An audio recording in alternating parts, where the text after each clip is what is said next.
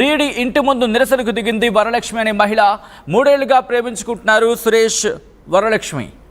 పెళ్లి చేసుకుంటారని చెప్పి శారీరకంగా లోబర్చుకున్నారని ఆరోపిస్తోంది సదరు మహిళ. ప్రియుడు సురేష్ పై పోలీసులకు ఫిర్యాదు చేసింది సదరు బాధిత మహిళ. ఈ నేపథ్యంలో ప్రస్తుతం అక్కడ ఎటువంటి పరిస్థితులను మీరు చూడొచ్చు. ఒకసారి ఎటువంటి ఆరోపణలు చేస్తోంది సదరు మహిళ అని చూద్దాం. చేసుకోవడం లేదు తిరాడికి వాళ్ళ ఇంట్లో భయపడి వాళ్ళు ఒక్కడం లేదు. ఊరికి రాని ఏత కోసం రాని వయసు 19 ఏళ్ళు వాడు వయసు 25 ఏళ్ళు సురేష్ అన్నవాడు. ఎన్ని సంవత్సరం అంటే లవ్ చేస్తున్నా మీరు? 3 సంవత్సరాల నుంచేనా. మరి ఏమన్నాడు ఇప్పుడు పెళ్లి చేసుకుంటాను అంటున్నాడు. ఎందుకు భయపడి వద్దంటున్నాడన్నా. ఇంత ముందు ఏమన్నా మరి పెళ్లి చేసుకోమని చెప్పి మాట ఇచ్చాడు వాడు. మరి ఇంత ముందు చేసుకుంటే 3 ఏళ్ళుగా నువ్వు పెళ్లి చేసుకోమని అడగలేదా? నువ్వు చేసుకున్నాడు వాళ్ళ అన్నదావుని ఉంటాను వాళ్ళ అన్నదావుని ఉంటాను అన్నాడు. మరి అయిపోయింది వాళ్ళ అన్నది పెళ్లి అయిపోయింది. ఇప్పుడు వాడు వాడకని వదిలేస్తుందని ఇంకో మొగడు ఎట్లా పుట్టాడు? 5 నిమిషాలు ఉండప్పా 5 నిమిషాలు ఉండు. చెప్పమ్మా మీరు చెప్పమ్మా మీరు చెప్పమ్మా.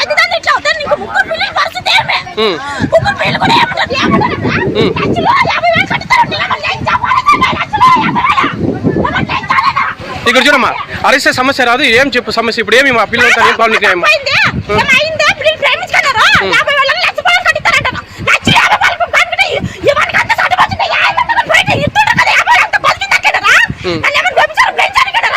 నువ్వు ఫోన్ చేసి ఫోన్ ఎత్తలేదా పిల్లడు? కాదమ్మా నువ్వు ఈ విషయం అంత ఫోన్ మాట్లాడలేదా? అబ్బాయితో ఫోన్లో మాట్లాడలేదా? ఈ రోజు వచ్చినాడు, ఈ రోజు కనిపించినాడా?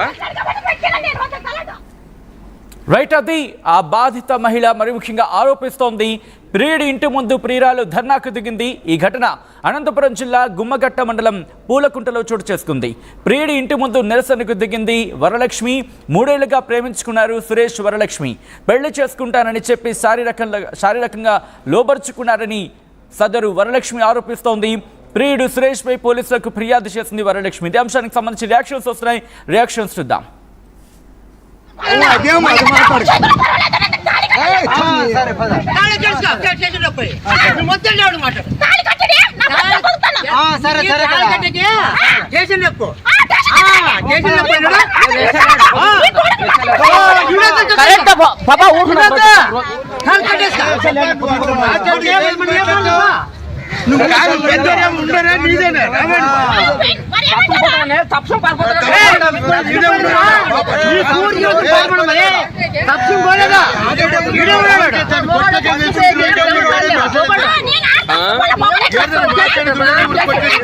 ఏం మాట్లాడదు చెప్పు.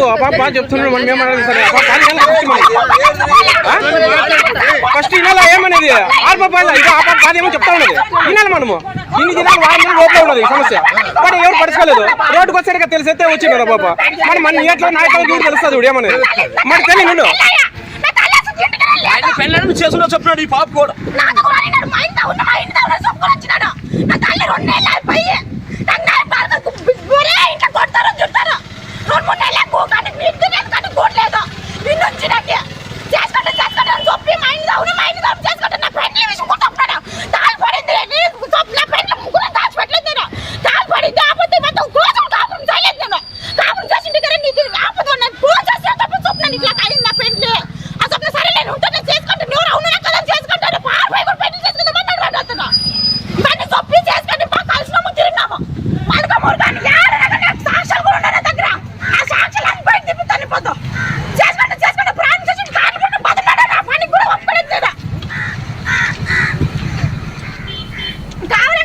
రైట్, అది వరలక్ష్మి ఆరోపిస్తోంది. అతగాన్ని కఠినంగా శిక్షించాలంటూ డిమాండ్ చేస్తోంది. తనకు న్యాయం జరగాలి అంటూ డిమాండ్ చేస్తోంది వరలక్ష్మి. ఈ నేపథ్యంలో ప్రెసెంట్ పోలీస్ స్టేషన్ కు చేరుకుని కంప్లైంట్ ఇచ్చింది. కంప్లైంట్ నేపథ్యంలో కూడా మాట్లాడింది మీడియాతో. తనేమంటుందో చూద్దాం. అనంతపురం జిల్లా, నేను చదువుతుంది మలకమూరు. అందరికీ నమస్కారం. నా పేరు వరలక్ష్మి. నేను పుల్లకుంట గ్రామంకి చెందిన వరలక్ష్మి. అనంతపురం జిల్లా, నేను చదువుతుంది మలకమూరులో. అంత కర్ణాటక ఎడ్యుకేషన్ అంతా చదివింది. పుల్లకుంట గ్రామంకి చెందిన సురేష్ అనే వ్యక్తి నన్ను ప్రేమ పెళ్లితో పెళ్లి చేసుకుంటానని నమ్మించి మోసం చేసి ఇప్పుడు దొంగచాటుగా తిరుగుతున్నాడు. వాళ్ళ అమ్మ నన్నల మాటలు నమ్మి ఇప్పుడు నన్ను వద్దు అంటున్నాడు.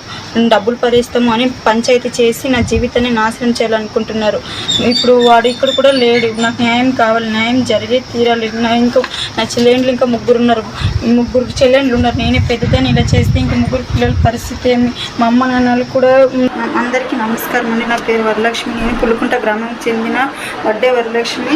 నేను మలకమూరు కాలేజీలో చదువుకుంటుండగా ఒక అబ్బాయి ప్రేమ పెళ్లితో పెళ్లి చేసుకుంటానని 3 సంవత్సరాల నుండి ప్రేమించి పెళ్లి చేసుకుంటానని ఇప్పుడు వాళ్ళ అమ్మ మాటలు నమ్మి నన్ను పెళ్లి చేసుకోవడం లేదండి. ఇప్పుడు వాడు కూడా ఊళ్ళో లేడు. వాళ్ళ అన్నదైనాక నేను చేసుకుంటానని మాట ఇచ్చి బలవంతం చేసి నన్ను వాడుకుని ఇప్పుడు నన్ను పెళ్ళి చేసుకోను అని అంటున్నాడు. ఇప్పుడు నాకు న్యాయం కావాలి, న్యాయం జరగాలి. మా ఇంట్లో పరిస్థితి బాగలేదు, నా పరిస్థితి బాగలేదు. మేము 4 ఆడపిల్లలు, ఇంకా 3 ఉన్నారు. ఇంకా నేనే ఫస్ట్ ఇలా చేస్తే 3 పిల్లల భవిష్యత్తు ఏమవుతుంది? డబ్బులు ఇస్తాము, డబ్బులు పారేస్తాము అంటున్నాడు. నేను ఏమైనా వ్యభిచారిదాన్నా డబ్బులు పారేసుకోవడానికి? నేను మా ఇంట్లో అమ్మ నాన్నలు కూడా ఎంత పోయి కొడుతున్నారు, తిడుతున్నారు, హింసిస్తున్నారు. వాడి వల్ల ఇప్పుడు పెళ్లి చేసుకుంటాను అని చెప్పి ఇప్పుడు మోసం చేసి ఎక్కడో పోయి దాచుకున్నాడు. అందరికీ రైట్, అది వరలక్ష్మి ఆరోపిస్తోంది. తనకి ఇంకా 3 చెల్లెళ్ళు ఉన్నారు. ఒకవేళ తనకి న్యాయం చేయకపోతే తమ కుటుంబం పరిస్థితి ఏంటి అంటూ కూడా వరలక్ష్మి ఆరోపించడం జరుగుతోంది. వరలక్ష్మి ఆవేదన వ్యక్తం చేయడం జరుగుతోంది. నేపథ్యంలో కంప్లైంట్ రిజిస్టర్ అయిందా? At the same time investigation ప్రారంభమైందా? సురేష్ ఎక్కడ ఉన్నాడు తెలుసుకునే ప్రయత్నం చేద్దాం. మా ప్రతినిధి చెల్లానాయుడు అప్డేట్స్ అందించేందుకు సిద్ధంగా ఉన్నారు. చెల్లానాయుడు, ప్రస్తుతం వరలక్ష్మి ఫిర్యాదు మేరకు పోలీసులు యాక్షన్లోకి దిగారా? సదరు సురేష్ని అదుపులోకి తీసుకోవడం జరిగిందా?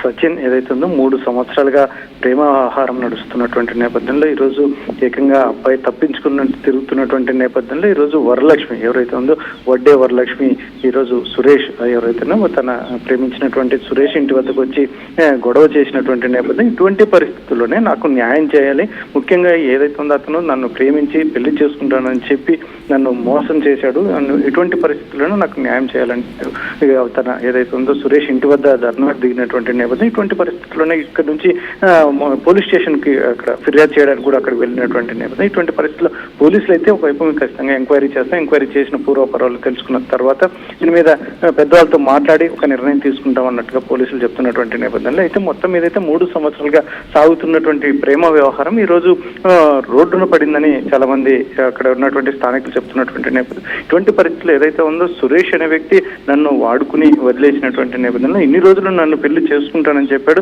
కాకపోతే మా అన్న వివాహం జరిగిన తర్వాత నేను చేసుకుంటానని చెప్పినట్టు నేపథ్యంలో వాళ్ళ అన్న పెళ్లి అయిన తర్వాత కూడా ఇప్పుడు కూడా తప్పించుకు తిరుగుతున్నాడు. ఎక్కడ ఉంటున్నాడు కూడా సరిగ్గా తెలియట్లేదు, ఫోన్ కూడా లిఫ్ట్ చేయట్లేదు. ఇటువంటి పరిస్థితుల్లో నాకు న్యాయం కావాలి అంటూ కూడా వరలక్ష్మి రోడ్డుకు ఎక్కినటువంటి నేపథ్యం. ఇటువంటి పరిస్థితుల్లో మరి పెద్దలు కావచ్చు లేదంటే పోలీసుల దగ్గర నాకు న్యాయం జరగాలి అని చెప్పి గంటాపదంగా వరలక్ష్మి అయితే డిమాండ్ చేస్తోంది. మరి ఇటువంటి పరిస్థితుల్లో పెద్దలు ఏదైతే సురేష్ వాళ్ళ పెద్దలు కావచ్చు లేదంటే వరలక్ష్మి వారి పెద్దలు కావచ్చు మరి ఎటువంటి నిర్ణయం తీసుకుంటారు? అందులో ముఖ్యంగా పోలీసులకు ఫిర్యాదు చేసినటువంటి నేపథ్యంలో 2 కుటుంబాలను పిలిపించి మాట్లాడే నేపథ్యం. అందులో ముఖ్యంగా వరలక్ష్మి విద్యాభ్యాసం అంతా కర్ణాటకలో జరిగినటువంటి నేపథ్యం. ఇటువంటి పరిస్థితుల్లో మళ్ళీ 3 సంవత్సరాలుగా ప్రేమ వ్యవహారం జరుగుతుంటే పెద్దలు కావచ్చు లేదంటే ముఖ్యంగా వరలక్ష్మి ఎందుకు ఇన్ని రోజులు సైలెంట్ గా ఉంది అనేది కూడా చాలా మంది ప్రశ్నిస్తున్నటువంటి నేపథ్యం. ఒకటే కారణం, ఆమె